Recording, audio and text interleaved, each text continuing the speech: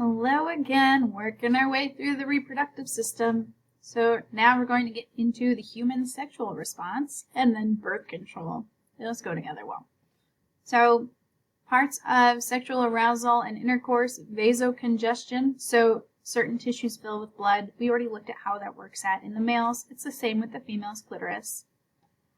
Next, myotonia, certain muscles show sustained or rhythmic contractions. And the 4 stages, excitement, plateau, orgasm, and then resolution back down. Okay. Now, birth control. I think this is an important chapter. It was especially important when I lived in Kentucky, and there wasn't quite as strong high school level discussions on this. So sex ed. So it's still important in Minnesota. It's always good to review, and they're learning more and more. One thing to note that some ways to prevent pregnancy are just about preventing pregnancy, whereas others will also block sexually transmitted diseases. It's important to get tested for those for each new sexual partner. Okay, so we're going to look at several of these and how they function. So first, sterilization. So you cut off how gametes travel. So vasectomy in males, that vas deferens or ductus deferens is cut to prevent sperm from leaving the body. Interesting fact there, it takes a few months for it to actually work because there might be still some surviving sperm there, which I found out interestingly while I was at a gynecologist, and another gynecologist was telling a woman she was pregnant because they hadn't waited those 3 months. It was interesting. Females can also get their tubes tied or have tubal ligation, where those oviducts, the uterine tubes, are cut. And that one is irreversible. Males is much more easily reversible. There was also this really cool birth control that they were trying. I'm not sure where they went with it, but they would put it in the male's vas deferens, and it had like magnetic portions that would make the sperm head separate from the flagella so the sperm couldn't go and fertilize the egg. That seemed pretty cool. Okay, so then hormonal birth control, like the pill. Fun fact there, they had a male pill and they stopped testing on it because they had side effects, but they were the same side effects as females had from the female pill. Okay, hold on, I'm going to pause so now you can see this picture. I brought it down. So options, you've got the pill, a skin patch, a vaginal ring. There's the implant in the arm that lasts for 3 years. And what these all do is, there's our cycle again, and we'll look at what's happening. So they prevent the estrogen from peaking and progesterone from peaking so that you don't ovulate, and you also don't build up the endometrium as much, which is why women with severe cramps will oftentimes be put on hormones to reduce the shedding that they have. In other females who don't shed as much, it could even stop their period when they're on hormonal birth control because they're really not building an endometrium at all. So the pictures I pulled were from this. I highly recommend watching this video. It's pretty. Okay, next form of birth control, intrauterine devices or IUDs. So here they're put into the uterus, as you can see in the picture. So it prevents implantation and from the sperm spreading up. And none of the ones we've looked at so far have done anything against STDs. Okay, so now barrier methods, where we have a physical barrier. So this shows a diaphragm being put in place, blocking access to the female's uterus. Male condoms, female condoms, those are your best bet at blocking STDs. Females are at a greater risk of getting STDs because of the structures that the penis enters. Things stay there, they're more likely to spread. And next, the morning after pill. So here, your plan B. And it depends where you are in your cycle. what happens if you take that pill. So if you haven't ovulated yet, you won't. So there won't be any fertilization, anything going on there. After ovulation, it prevents the sperm from advancing. And then after fertilization, it blocks it from implanting on the uterine wall. Okay, so that's reproductive system. I do want to hit, to make sure we get all our competencies in, a bit of chapter 18, development through life, but we're really just going to hit it briefly. Okay. So here are the first steps of growth after fertilization. So when an egg and sperm come together, there is zygote. It's a single cell. And the day after, you have 2 eggs, or 2 cells. The day after that, you have 4 cells. Until after about a week, 7 days, you have 100 cells, and that's a blastocyst.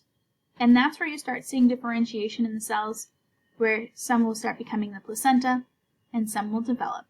At about 7 weeks, here's an embryo there. We're all mammals, are chordates, we're vertebrates. We have certain things in common. We have gill slits, we have a post-anal tail, we have a notochord, dorsal hollow nerve cord. Ooh, wow, those are hard to say. So like a spinal cord, spine. And there's a lot of embryology studies looking at how similar we are to other species during this period. Very similar. And then after week 9, to birth, you've got a fetus.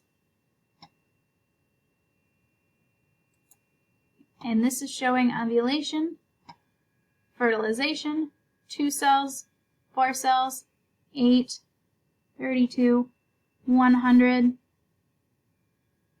and then you can see it landing on there. Okay. And this is showing those cells outside the egg and how the sperm has to get through for fertilization. So the egg is active and able to be fertilized for about a day after ovulation. Sperm can survive from 12 to 24 hours usually, maybe even up to like 48 hours. So there is about a 3 to 4 day window where you can have sex and it will result in fertilization. And these sperm cells have in the head an acrosome, and that has enzymes. So it's not the first, the early bird doesn't get the worm here. The first sperm come over and they start breaking down that outside barrier. And so then more and more break the barrier, and finally one gets in. The female takes away all our receptors, and that egg will actually finish meiosis too. It never does it unless it gets fertilized. And they'll come together, and then we'll have a zygote. Okay. Things that happen. So identical twins occur when you have the same egg and sperm that fertilize, and then early on in division it divides and you have 2 individuals. If the splitting is incomplete, it can be conjoined. Whereas fraternal twins, there were 2 eggs ovulated, they were fertilized with different sperm. They're as genetically identical as any regular sibling. So you could have a girl and a boy at the same time. Okay. And then this is showing the implantation onto the uterine wall. So that outer portion is going to become the placenta. So 3 months in, that corpus luteum in the ovary is going to have its job taken over by the placenta. So that'll start producing hormones to continue the pregnancy, and it'll get oxygen and nutrients from the maternal blood to the embryonic blood and get wastes out. So you're going to see several changes happen to the female as this occurs. And they're all going to be from 3 reasons, basically. 1, increased nutrient need and waste production.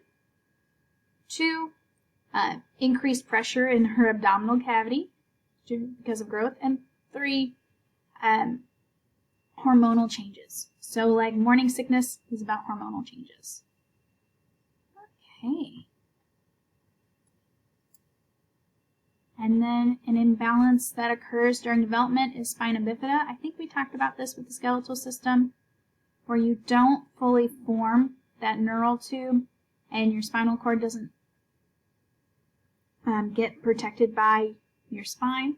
Then you can have portions of the spinal cord exposed. Okay. Ooh, so this is interesting. We all start as females, and then it's based on testosterone's input that you would masculinize. Fun fact, some people with male genetics, if they don't have the right receptors for the testosterone, they don't become male because they don't have those parts. Also very cool. Okay, so you're not breathing when you're in the womb, right? So we really don't need that right side of our heart pumping to the lungs to pick up oxygen, because they're not. You're relying more on that umbilical vein and artery to get oxygen and wastes moving. So you'll have shunts that send blood from that pulmonary trunk over to the aorta, from the right atrium to the right ventricle, right atrium to left atrium, that need to close when you're born. One of the things that needs to happen after you're born is you need to have large pressure here, so you might like, and then that'll cause it to seal. If it doesn't, then sometimes it'll go away on its own. Other times you might have to have procedures. Interesting, the arteries and veins that go to the placenta become ligaments. So one will hold the liver in place and attach it to your abdominal wall. Okay, and then parturition, labor. 3 stages: dilation of the cervix. Right, so I'll see the movies till they're dilated to about 10 centimeters, ready to go. Expulsion, out, and then the placental stage, where the placenta is sent out. The placenta is rich in protein, highly nutritious. Most mammals will eat their placenta. They're tired, they did a lot of work. There's an idea that eating your placenta decreases postpartum depression. However, no clinical studies have found that to be true beyond maybe the placebo effect, where if you think it'll help, it will. But some people will put it into smoothies or pills to eat it. So developmental defects present at birth can have 2 causes. First can be genetics, and the second can be environmental factors. For example, in the 60s, they gave women this drug to help with their morning sickness, but then a lot of babies were born without parts of their limbs. They had the right genetics, but those environmental factors. And so this, I thought, was a really cool picture from your book that shows major birth defect timelines of different organs, and then where minor birth defects would occur. Really, the worst thing, based on my research, is fetal alcohol syndrome and alcohol. They've shown heavy drug use can affect these structures. However, most of the time after a few years, it's about the structure and the environment more than that development. Cool. And so, aging, things decline. We've got this lovely table you can look at with things that happen over time. We replace cells less quickly. Our tissues become older, less flexible. Why? Possible causes: changes, cell division stops, changes to DNA and other macromolecules. The really cool idea here is telomeres. So at the end of DNA, you've got this repeating pattern called a telomere that doesn't code for anything. And each time your cell divides, you chop a little bit of that off, right? Until eventually you get into code. And most of this won't do anything for a little while. And then once you reach an important gene, that cell's done dividing. So they're looking at how we can decrease our telomere reduction, putting more telomeres back on, see if that reduces aging. And then high quality old age. So you want to be healthy, eat good food, you know what to do to extend your lifestyle as much as you can. Sleep, nutrition, don't smoke, get routine medical checkups, decrease sun exposure for skin aging, or wear sunscreen. But a lot of these will also reduce your risk of cancer. Now, are they perfect? No, somebody could do everything right and still die early, and vice versa. But do your best. Have a great day.